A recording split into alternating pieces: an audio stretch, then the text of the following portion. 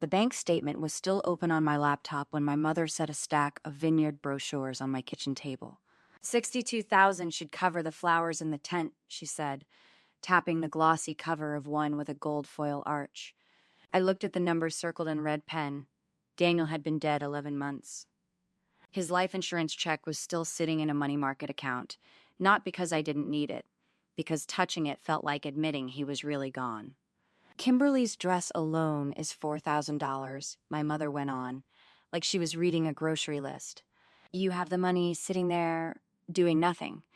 I thought about my own wedding 9 months earlier, a backyard in October with borrowed folding chairs and 2 empty seats in the front row that nobody filled, the seats I'd reserved for her and my father. She never sent a card, she never called, now she wanted a check signed with a dead man's name. I'll think about it, I told her, and I meant something very different than what she thought I meant. Tell me in the comments where you're watching from tonight, hit subscribe if this sounds like your family, and stay, because before this is over, my mother is going to learn exactly what my husband left behind besides insurance money. My mother didn't wait for an answer. She never did. She started stacking the brochures back into a neat pile, tapping their edges against my table like she was closing a deal instead of asking her widowed daughter to bankroll a wedding. Vinewood Hills has a date open in June, she said, but they need a 40% deposit by Friday, $24,800. I told the coordinator you'd call her tomorrow. I hadn't said yes. I hadn't said anything except that I'd think about it, and she'd already given a stranger my name and my phone number like it was hers to give.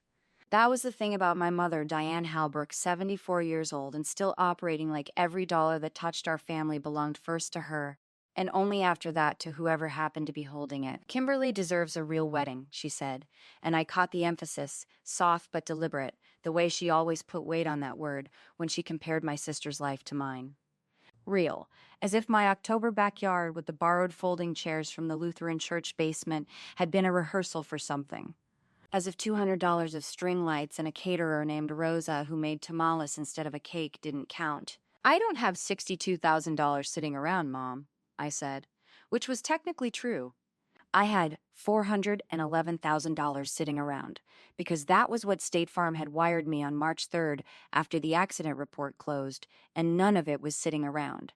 It was sitting still, which is a different thing entirely, and I wasn't ready to explain the difference to a woman who thought grief had a shelf life of 11 months.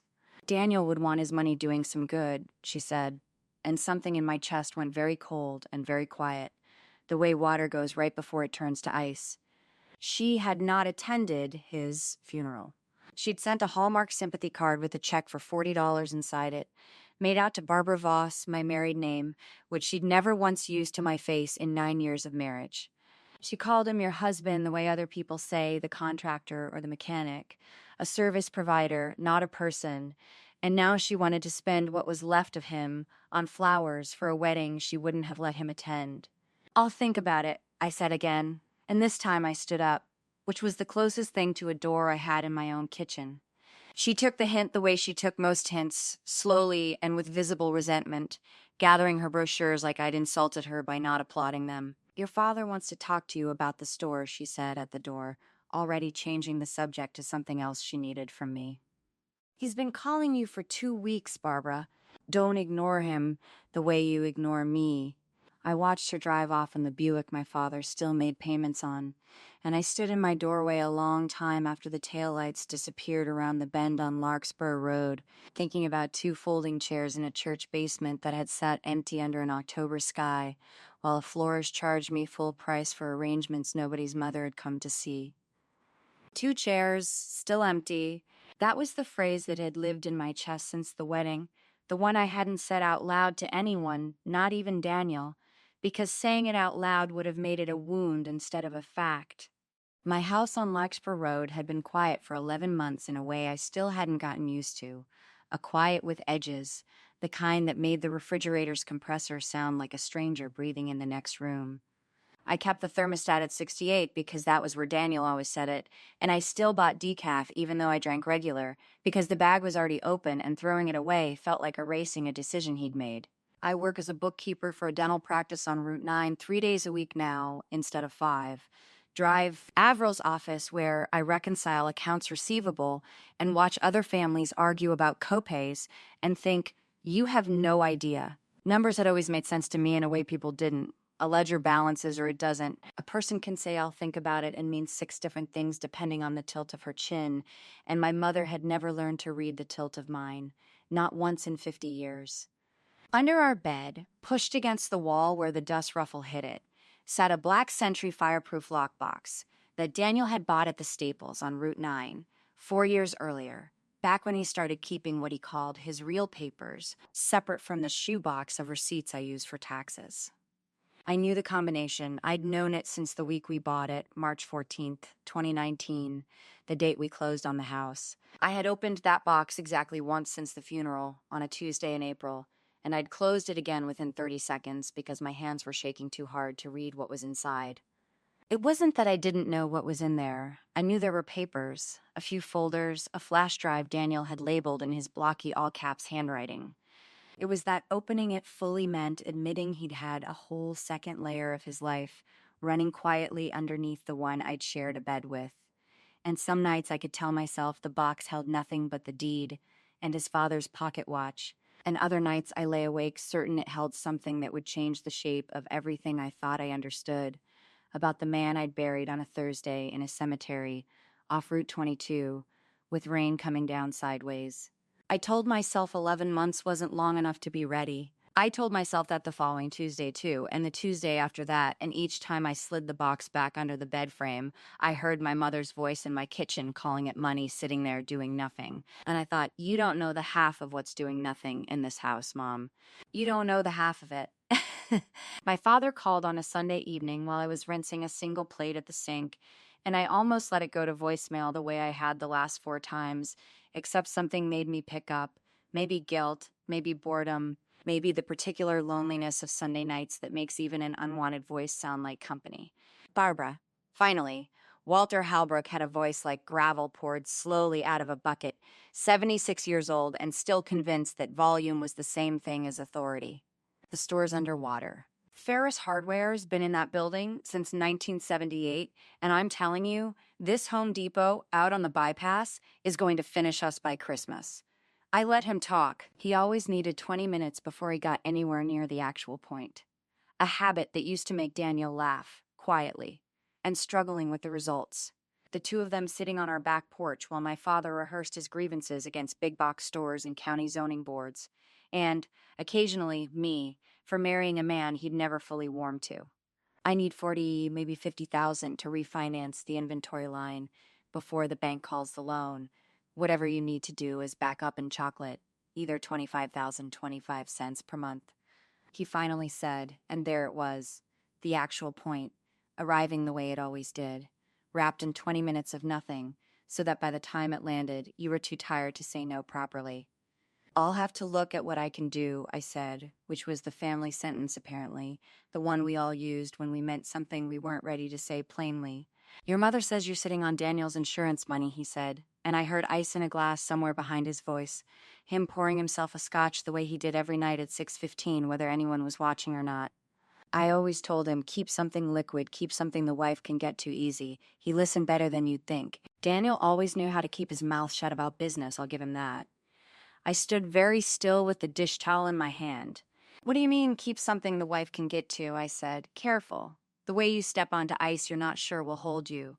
There was a pause on the line, the particular pause of a man realizing he said something he wasn't supposed to say, and then my father laughed. Too quick, too loud, the laugh he used to cover a fumble at a poker table. Nothing. Nothing. Just that he was smart with money. Smarter than people gave him credit for. A beat. Anyway, you'll talk to your mother about the wedding money, and we'll figure out the store situation before the bank meeting on the 22nd. He hung up before I could ask him anything else, and I stood in my kitchen holding a phone that had gone silent, turning one sentence over and over in my mind like a stone I couldn't put down. Daniel always knew how to keep his mouth shut about business. My father had never once, in 9 years, discussed business with my husband that I knew of. Not investments, not the house, not anything beyond football scores and complaints about the county commissioners. So what business, I thought, standing there in the quiet with the compressor humming in the next room, had the two of them been keeping their mouths shut about? And why 11 months after I buried him was that fireproof box under our bed suddenly the loudest thing in the house. 2 nights later, I sat at my mother's dining table with a plate of pot roast going cold in front of me, and I understood, halfway through the meal, that I had been summoned rather than invited. Diane had set the good china, the wedding china with the gold rim that only came out for guests she wanted to manage. Kimberly sat across from me in a crop jacket she'd bought for the engagement party, twisting her ring, not eating either. My father wasn't there. He rarely was anymore, not for dinner, and nobody explained why. Your sister needs a number by Friday, my mother said, cutting a piece of meat she had no intention of finishing. The venue wants the deposit. 60% down, that's their policy now, apparently. How much is the deposit, I asked, already knowing I wouldn't like the answer. 41,000, Kimberly said, not looking at me. The Baricelli. It's where Mark proposed, Barb. It has to be there. I set my fork down.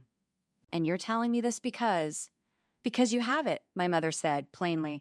The way she'd tell you, the sky was gray. Daniel left you well taken care of. Everyone knows that. It would be strange for you to be sitting on that kind of money while your sister has a payment plan and a spreadsheet. I want to tell you I said something sharp right then, something that would have made a satisfying end to the scene. I didn't. I sat there with the gold rim plate in front of me and I thought, instead, about a Saturday in October, 11 months and some change before that dinner, in my own backyard. We'd strung lights through the maples ourselves, Daniel up on a ladder in his good shirt, laughing every time a string tangled. We'd set out 60 chairs in the grass, folding chairs with white bows a friend from church had tied on for free. And in the front row, on the aisle, we'd left 2 chairs empty, reserved with little printed cards for Walter and Diane Ellery. I'd mail the invitation myself, hand-addressed, 6 weeks early, so there could be no claim of short notice. My mother told the woman at her salon that Daniel was not what she'd pictured for me. My father told a neighbor, who told my cousin, who told me, that he wasn't driving 4 hours to watch his daughter marry a man who fixed washing machines for a living. Daniel owned 3 appliance repair shops by then and employed 11 people, but that detail never made it into the version my father repeated at the barber shop. So on the day itself, in front of 60 guests and a string quartet made of 2 violins and a cousin with a cello, I walked down a grass aisle, past 2 empty chairs with white bows tied to them, exactly like all the others, and I said my vows to a man my parents had decided was beneath us, and I did not cry until the reception, in the kitchen, alone, running water over my wrists until my sister found me and asked what was wrong with my makeup. 2 chairs, still empty. I have never been able to picture that day without seeing them, white bows and all, sitting there like 2 missing teeth in an otherwise full smile. Barbara. My mother's voice pulled me back to the table. Did you hear me? I asked if you could have an answer by Friday. I heard you, I said. I need to look at the numbers. There's nothing to look at, Kimberly said, sharper now. You got everything, the house, the cars, the insurance, all of it. I'm not asking for everything. I'm asking for a wedding. I looked at my sister, 29 years old, engaged to a man our parents approved of on site, planning a ceremony at a venue where the deposit alone was more than Daniel and I paid for our first year of rent combined, and I felt something in my chest go very quiet and very cold, the way a room goes quiet right before a storm hits it. I'll think about it, I said, and I left before dessert. I didn't sleep that night. I lay in the bed that was too big for one person now, listening to the house settle, and at a little past midnight I got up, got down on my knees on the carpet, and pulled the fireproof box out from under the bed frame where it had sat, untouched since the funeral home handed it back to me with his watch and his wedding ring in a plastic bag. The combination was our anniversary. It clicked open on the first try, and the smell that came up out of it, dust and old paper and a faint trace of the cedar closet where we used to keep it, put him in the room with me for a second, so completely that I had to sit back on my heels and just breathe. Inside were the things you'd expect. The deed to the house, his birth certificate, a manila folder of tax returns going back a decade, and underneath all of it, in a plain white envelope with nothing written on the outside, a single folded document and a handwritten letter. The document was a promissory note, dated 6 years earlier, notarized, signed at the bottom in my father's unmistakable slanted hand. Walter James Ellery, borrower. Daniel Robert Pratt, lender. $150,000, secured by a lien against the real property and business assets of Ellery Hardware and Supply, 214 Cross Street, was $45,000 to pede the protection from government, principal and accrued interest due in full via balloon payment on a date I did the math on twice before I believed it. The balloon had come due 7 months ago. It was, as of that night, sitting 6 months delinquent with a default interest clause that had been quietly compounding the whole time. I read it 3 times, sitting on my bedroom floor at midnight in an old t-shirt of his, and each time the number sat a little heavier in my stomach. $150,000, my father's store, my husband's name at the bottom, right where my father's business had never once, in 9 years, made room for him. The letter was shorter, and it was the one that undid me. Daniel's handwriting, blocky and careful the way he wrote everything, even grocery lists. Barb, if you're reading this, it's because I'm gone and you finally opened the box, which knowing you took longer than it should have. I loaned your father this money in 2020 because the store was going under and he asked me, not your mother, not you, me, and made me swear not to tell either of you. I did it for you so you wouldn't watch it happen, but I need you to know something before they come asking. Don't let them use you the way they used the store. You are not a line of credit. You are my wife. Whatever they owe, it's owed to you now, and you get to decide what that means. I love you. Take care of Marnie's kittens if I go first. You know I never remember to feed them on time. I sat on that floor and cried the way I hadn't let myself cry at the funeral, in ugly, silent heaves, with the note in one hand and the letter in the other, and somewhere underneath the grief was something else starting to move, slow and deliberate, like a key turning in a lock that had been rusted shut for a very long time. I told no one, not Kimberly, not my mother, not even my closest friend Renata, who called 2 days later to ask how the wedding fund conversation had gone. Still thinking, I told her, which was true, though not in the way she imagined. What I did instead was call Gordon Pruitt, the attorney who'd handled Daniel's estate, and ask for the first appointment he had. His office smelled like coffee and old carpet, and he had the promissory note spread out on the desk between us along with a copy he'd pulled from Daniel's estate file, the same document, filed and recorded, which meant it wasn't just paper in a box. It was real. It was public record. This was assigned to the estate, Gordon said, tapping the corner of the page. Which means it passed to you as sole beneficiary. You're not just aware of this debt, Barbara. You are, as of 11 months ago, the legal holder of a perfected lien on your father's store and the land under it. He looked up at me over his glasses. And per the terms here, that balloon payment was due in December. It is now, by my count, 6 months and change past due, which under this default clause means you could call the note whenever you're ready. They don't know, I said quietly. Either of them. My mother thinks I'm deciding whether to write a check for my sister's wedding. Gordon leaned back in his chair, and for a moment neither of us said anything, the only sound the tick of a wall clock behind his desk. There's a bank meeting on the 22nd, I added. My father mentioned it on the phone. Something about the store. Gordon's expression changed just slightly, the way a poker player's does when the hand turns interesting. Then I'd very much like to know what your father is planning to tell that bank, he said, before he finds out what you already hold in your hand. I drove home with the folder on the passenger seat, past the turn for my mother's street, past the hardware store itself, its faded green awning and the same hand-painted sign that had hung there since I was a girl, and I did not stop. I just looked at it through the windshield the way you'd look at something you were about to be forced to understand differently, and I kept driving, already rehearsing, in my head, exactly how I was going to answer my sister on Friday. I called Kimberly back on Friday afternoon, sitting in my car in the parking lot of the pharmacy, because I couldn't make myself do it inside the house, where Daniel's reading glasses were still on the side table, exactly where he'd left them in March. She answered on the first ring, breathless, like she'd been staring at the phone. So, she said, not hello, just that. I'll think about a contribution, I told her. A real number, something I can actually give, not what Mom decides I owe her. Kimberly went quiet for a second, then said, that's more than she thought you'd say. And I understood then that Diane had already predicted my answer to my own sister, had already scripted the no she expected, which meant whatever came next had been planned around it. Diane called me herself 2 days later, on a Sunday, and her voice had a warmth in it I hadn't heard directed at me since before Daniel and I got married 11 years ago. I was hoping you'd come with me to look at the Larkspur room, she said, naming the venue like it was already decided. You have such a good eye, Barbara. You always did. I stood in my kitchen holding the phone against my shoulder, 31 years old the last time she'd said something like that to me, and some starved, foolish part of me said yes before I could stop it. We walked through the Larkspur room together that Tuesday, Diane's hand resting on my forearm the way it used to when I was a girl and we crossed streets, and she talked about chair covers and uplighting like the two of us had never spent a decade barely speaking. I told her, standing under the crystal chandelier with the venue coordinator hovering nearby, that I could consider putting in $5,000 toward the flowers or the band, something specific, something I chose. Diane squeezed my arm and said, "That's a start."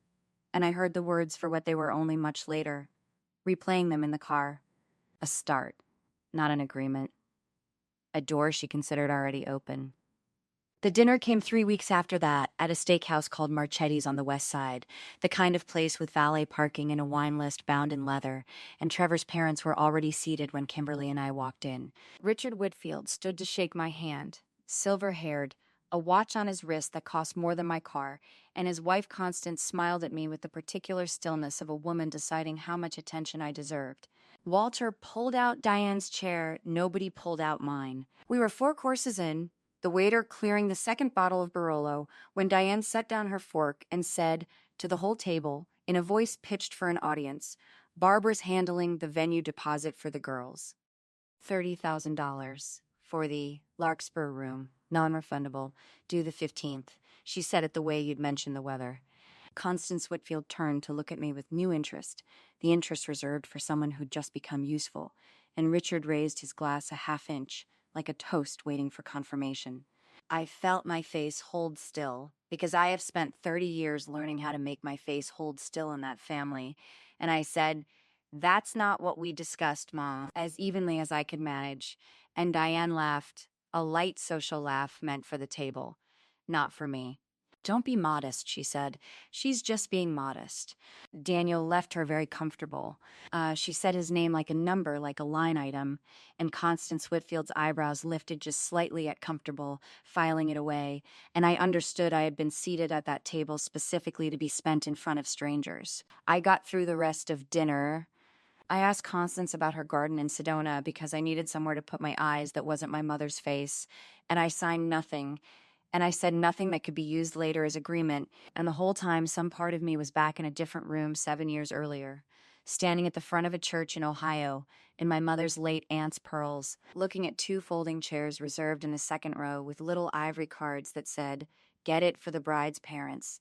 Chairs that stayed empty through the vows, through the recessional, through the photographs, because Diane had told a neighbor 2 days before that she wouldn't watch her daughter marry a man who worked with his hands and called it beneath the family to even attend. 2 chairs, still empty. I had promised myself that night I would never again let that family arrange me into a room I hadn't agreed to enter. I drove to my parents' house the next morning before Walter left for the store, and Diane was still in her robe at the kitchen table with her coffee, and I put my keys down harder than I meant to on the counter. $30,000, I said, in front of people I've never met. You didn't ask me. You told me. Walter came in from the garage in his work boots, heard the tail end of it, and instead of backing down, he sighed like I was the unreasonable one. "We already gave them a deposit hold, Barbara," he said. 5,000 down on the 15th to secure the date, out of our savings, on the assumption you'd cover the rest by the balance due. Richard Whitfield's firm underwrites half the commercial loans in this county. You understand what it looks like if the Doyle family can't make good on a wedding venue in front of a man like that. "You spent money you didn't have," I said, assuming money I never promised. "We assumed," Diane said, setting down her cup with a small, precise click, "'cause you have it. You have more of it sitting in an account right now than your father built in 40 years running that store, and you got it because Daniel died. And instead of using it for something that matters, for your family, you sit on it like it's yours to hoard." Her voice hadn't risen, which was somehow worse. "You've gotten cold, Barbara. Cold. Just like that husband of yours could be, God rest him." He kept us out of things, too, near the end. It runs in the marriage, I suppose. I stood in that kitchen and didn't say anything for a moment, because there is a particular kind of stillness that comes over you when someone finds the exact place it will hurt most and presses on it in front of you, calmly, like they'd been practicing. "Don't," I said finally, "talk about him." Diane didn't apologize. She stood, carried her cup to the sink, and said, with her back to me, "We'll handle the rest of the planning ourselves then, since apparently we can't count on you for anything but judgment." Just like that, 11 days before the venue balance came due, I was uninvited from my own sister's wedding planning by the same woman who'd called me into it with such warmth 3 weeks earlier, and I understood the warmth had never been about missing me. It had been about the $30,000. I was almost to my car when Walter caught up to me in the driveway, and he said one more thing before I could pull the door shut, something quieter, meant only for me. $340,000, he said. "That's what the policy paid out, isn't it? Your mother heard it from Carol at the church, who heard it from someone at the funeral home." I stared at him. I had told exactly 2 people that number, my attorney and Gordon, and neither of them went to that church. "You should think about what family actually means, Barbara," Walter said, "before that money runs out and you're the one asking us for something." He walked back inside before I could ask him how, exactly. A number I had never spoken out loud in that town had found its way into his mouth, and I sat in my car in their driveway for a long time before I trusted myself to drive, because somewhere between the hardware store's bank meeting and my sister's wedding deposit, I had started to understand that my family wasn't circling me by accident. Someone was feeding them information, and I intended to find out exactly who. I called Marcus Webb at 8 the next morning, before Daniel's coffee would have even finished going cold, if he'd still been the one making it. Marcus had drawn up Daniel's estate and knew the file better than I did in some places. "The note on the hardware store," I said. "No greeting, because I didn't have one in me that day. The one Daniel wrote in 2019 for Walter's expansion. I want to know exactly what happens if I invoke the demand clause." Marcus went quiet for a second, the kind of quiet a lawyer goes when he's already flipping to the page. "You'd be calling in $91,000, due in full within 30 days of written notice," he said. "Your father-in-law, your father, signed it with a personal guarantee and the inventory as collateral. Barbara, are you sure you want to do this to your own family? I want a title search on the store first," I said. "Sunrise Hardware, 4th and Delacroix, Waverly County Records. And, I want to know if there's a second lien on that building that Walter didn't tell my husband about." I hadn't planned to say it out loud until I did, and hearing it in my own voice, flat and businesslike, was the first thing that had felt like control in 11 days. Marcus called back by Thursday with a title search, and it wasn't clean. There was a second mortgage filed 9 months earlier, $41,000, held by a private lender out of Tulsa I'd never heard of. And Walter had never mentioned it to anyone, least of all to the man whose money had kept the store's lights on the year before. I sat with that printout at my kitchen table for a long time, and then I called a man named Ed Pruitt, who'd sat 2 pews behind us at Daniel's funeral and who did the books for half the small businesses on Delacroix Street, including, until 3 years ago, Sunrise Hardware. I didn't tell Ed I want to gossip. I told him I was thinking of extending Walter another loan and wanted to understand his exposure first, which was true enough that I didn't feel the lie in my chest the way I had with Kimberly. Ed exhaled hard into the phone. "Barbara, that store's 90 days from a default notice from Heritage Bank, maybe less," he said.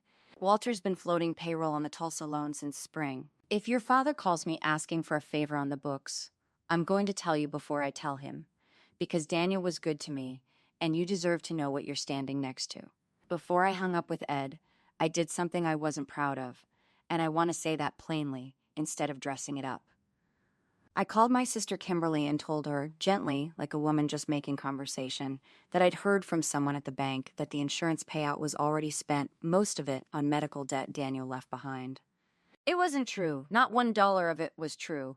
I wanted to see how fast a lie that specific would travel, and whether it would come back to me wearing my mother's voice instead of my sister's South. It took 4 days.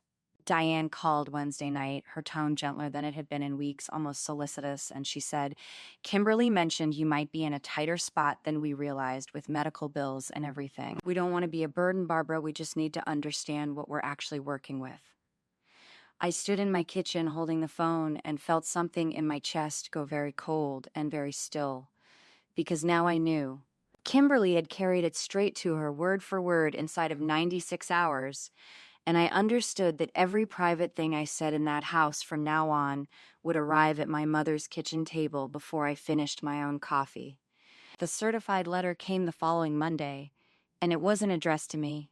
It came to Daniel's estate, care of Marcus's office, and Marcus forwarded it with a note that just said, "Call me, don't read this alone." It was from Heritage Bank's Commercial Lending Division, confirming receipt of a refinance application submitted by Walter H. Prescott, in which Walter had represented in writing, under penalty of loan fraud statutes, that the outstanding promissory note held by the estate of Daniel R. Voss had been, quote, forgiven in full by the deceased prior to his passing, per family agreement.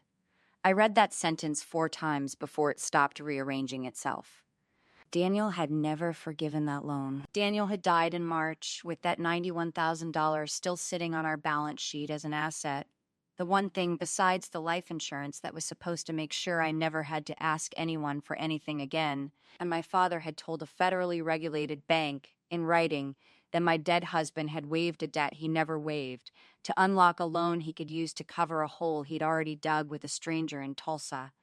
I called Marcus back within the hour, and he used a word I hadn't heard outside of a courtroom drama, and the word was fraud. I didn't confront anyone that week. I want to be honest about why. Part of it was strategy, because Marcus told me flatly that if I tipped my hand before the bank's own compliance review ran its course, Walter would have time to construct an explanation. And paper trails are only worth something if the person on the other end doesn't know you're already holding them.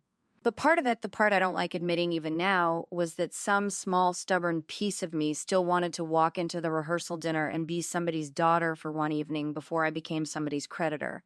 That want lasted exactly as long as it took me to find my place card at the Wentworth room of the Blackstone Hotel on Friday the 22nd and discover I'd been seated at the far end of the family table, past 3 of Trevor's cousins I'd never met. 2 seats down from where Daniel and I used to sit at every one of these things, side by side, close enough that he could reach my hand under the tablecloth when Diane started in on something. 2 chairs, still empty, right where they'd always put us, and nobody had moved the place cards to fill them. They'd just built the seating chart around the gap like water going around a stone. I was still staring at that gap when Diane crossed the room toward me in her mauve dress, moving with the particular briskness she used when she decided something and wanted an audience for it, and by the time she reached my chair, most of the room had gone quiet the way a room does when it senses a scene is coming and doesn't want to miss it. "I need you to sign this now, Barbara," she said, and set a folded check in front of me, the venue balance line filled in, 30,000 and no cents, my name already printed on the memo line like it had never been a question. "Everyone's here. Trevor's parents are here. I won't have you humiliating this family in front of them by dragging this out one more day." I looked at that check and then at my mother's face, composed into something that wanted to pass for warmth in front of 40 witnesses, and then, for just a second, at those 2 empty chairs. "I don't have my checkbook with me tonight, Mom," I said, keeping my voice low and even, the voice I'd learned to use in hospital rooms when everything in me wanted to scream. "I'll bring the paperwork tomorrow. I promise you that." Diane's jaw tightened, and Walter, 3 feet behind her, wouldn't meet my eyes at all, and I understood, watching him study the tablecloth like it owed him money, that he already knew exactly what was coming in the mail to that bank, and that tomorrow was going to be a very different conversation than the one my mother was expecting to have. The next morning, in the garden room at Ambrose Manor where the rehearsal brunch was already underway, I walked in without my checkbook and without an apology, carrying instead a manila folder Rosalind Shue had printed for me at 6 that morning before her shift even started. Kimberly was at the mimosa table, laughing with Derek's groomsmen. Trevor's parents, Carol and Frank, were by the window admiring the topiary. Diane stood the moment she saw me, already smoothing her cardigan, already smiling the smile she used when she thought a thing was settled. I hadn't slept. Not really. I'd spent most of the night on the phone with Rosalind, who worked loans at First Trust Savings on Chestnut Street. The same Rosalind whose hand I'd held in a hospice room at Street. Anne's 2 winters ago, while her mother's breathing went shallow and then stopped. She owed me nothing official. She checked the file anyway, because I asked her to, and because some debts aren't the kind a bank tracks. What she found was this: Hartley Hardware and Feed, the store my parents had run on Route 9 since before I was born, had been mortgaged in 2019 for $210,000 against inventory and the building itself. They'd missed 3 payments since March, $9,400 behind, with the full balance of $214,300 callable if they didn't cure it by Friday. The $30,000 check with my name already on the memo line wasn't going to any venue. It was going to keep the store's doors open one more quarter, and nobody had planned to tell me that. I set the folder in front of Diane on the linen tablecloth, right next to the pitcher of orange juice, and I didn't raise my voice. I know about the store, Mom, I said. I know about the missed payments. I know the check last night wasn't for a venue balance at all. Kimberly's laugh cut off mid-syllable. Carol and Frank turned from the window. Diane's hand went flat on the folder like she could keep the words inside it by pressing hard enough. That store fed you your whole childhood, Barbara, Diane said, low and fast, the way she talked when she was cornered and dressing it up as grievance. The least you could do with the money that man's accident gave you. She stopped herself half a beat too late, and I watched Frank's jaw tighten at the word "that man," watched Carol reach for her husband's arm. I told her the money wasn't an accident settlement anymore, sitting idle in a savings account. I told her Trevor's $180,000, the money he got after the forklift crushed 3 vertebrae at the Meridian warehouse, and he spent 11 months learning to walk without the cane, had already gone somewhere. 2 weeks earlier, through Rosalind and a debt desk that wanted the distressed note off its books before the quarter closed, I'd bought the mortgage on Hartley Hardware outright for $198,000. I'm not the customer who owes First Trust a check anymore, Mom, I said. You are, and you owe it to me. The room went the particular kind of quiet where you can hear ice settling in a pitcher. Diane's face did something I'd never seen it do at me before. Not fear, exactly. More the look of someone doing arithmetic they didn't want to finish. You bought our mortgage, she said, and it wasn't a question so much as her trying the sentence out to see if it could possibly be true. Walter, who hadn't said a word since I walked in, finally looked up from the tablecloth, and I understood from his face that he'd known this was coming since the envelope from First Trust arrived Tuesday transferring the note, and he'd chosen not to warn her. I didn't come there to foreclose on my own parents in front of Kimberly's future in-laws, and I said so. I came with terms. A new note, $195,000 over 15 years, at 4%, $1,443 a month. Current as of that morning if she signed by noon. But there were conditions that had nothing to do with interest rates. No more paying Kimberly's vendors out of money that was never earmarked for them. No more telling anyone, at any table, in front of anyone's family, that my husband was beneath this one. And Kimberly's wedding would be planned by Kimberly and Derek, on a budget they set themselves, not one built on a check I hadn't agreed to write. Kimberly stood up so fast her chair scraped the stone floor, and for a second I thought she was going to defend our mother the way she always had. Instead, she looked at Diane and said, "Is that true? Were you going to use Barbara's money and tell everyone it was for my venue?" When Diane didn't answer fast enough, Kimberly turned to me, and her voice cracked on the next part. I told her I didn't want it that way. I told her in March. She said it was already handled. I thought, standing there, of the 2 chairs I'd had the coordinator set at the head table of my own wedding 11 months earlier. The ones with Diane and Walter's names on cream cardstock place cards. The ones that stayed empty the entire reception while Trevor's Aunt Peggy quietly moved the flower centerpiece down 2 seats so the gap wouldn't show in photographs. 2 chairs, still empty, while my mother sat home 20 minutes away telling anyone who asked that she had a prior commitment. I'd promised myself something that night, watching those cards catch the candlelight with nobody behind them, and the folder on the tablecloth in front of Diane now was the first payment on that promise. Diane signed the new note that afternoon, in Rosalind's office, in front of a notary and not in front of an audience, which I think was its own kind of mercy I gave her. Walter signed after her without arguing a single line, and when he handed the pen back, he said, quiet enough that only I heard it, "Your grandfather built that counter with his own hands in 1961, Barbara. I should have told you the trouble myself instead of letting your mother write that check. It wasn't an apology exactly. It was as close as Walter Hartley had ever come to one, and I took it." Kimberly and Derek got married 5 weeks later in Carol and Frank's backyard in Millstone. 40 guests, a rented arch strung with string lights, a caterer who charged $1,100 instead of the $30,000 Diane had wanted spent on a ballroom. Neither of them had ever wanted either. Trevor stood up during the toasts, cane resting against his chair, and told the story of the forklift in the 11 months and how the money from it had ended up saving a hardware store on Route 9 that once wouldn't let him sit at its owner's dinner table. People laughed, then went quiet, then laughed again, the good kind of quiet. The store made every payment on time after that $1,443, first of the month. First Trust confirmed it to Rosalind, and Rosalind confirmed it to me because I asked her to keep watching a little longer, and because some habits from a hospice room don't just switch off. Diane started calling on Sundays instead of only when something needed signing. It took her 4 calls to ask about Trevor's physical therapy without me bringing it up first, but she asked. 6 months after the brunch at Ambrose Manor, I set my own table for Sunday dinner the way I always did. 12 places, roast chicken, the good tablecloth my grandmother left me. 2 chairs at the far end had been reserved for Diane and Walter every single Sunday since my wedding, whether or not I expected them, because I'd decided a long time ago that the chairs would exist whether the people in them showed up or not. That week, at 4 minutes past 5, the doorbell rang, and it was them.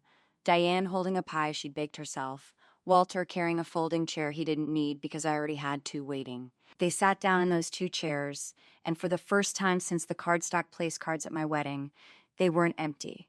Diane reached across and squeezed Trevor's hand before he'd even finished pulling out her chair for her. And she said, "Thank you for having us," like a guest who understood, finally, that she was one. I don't tell you this story because it ends with everyone healed and every hard thing forgiven. It doesn't, not all the way, and I'm not going to pretend a folder and a mortgage fixed 40 years in one afternoon. I tell it because I spent a long time believing love was something you proved by writing checks, and it took 2 empty chairs to teach me it was something you proved by showing up, even late, even after you'd been caught. If any part of this sounded like your own kitchen table, tell me where you're watching from, and if you want more stories like it, hit like and subscribe before you go.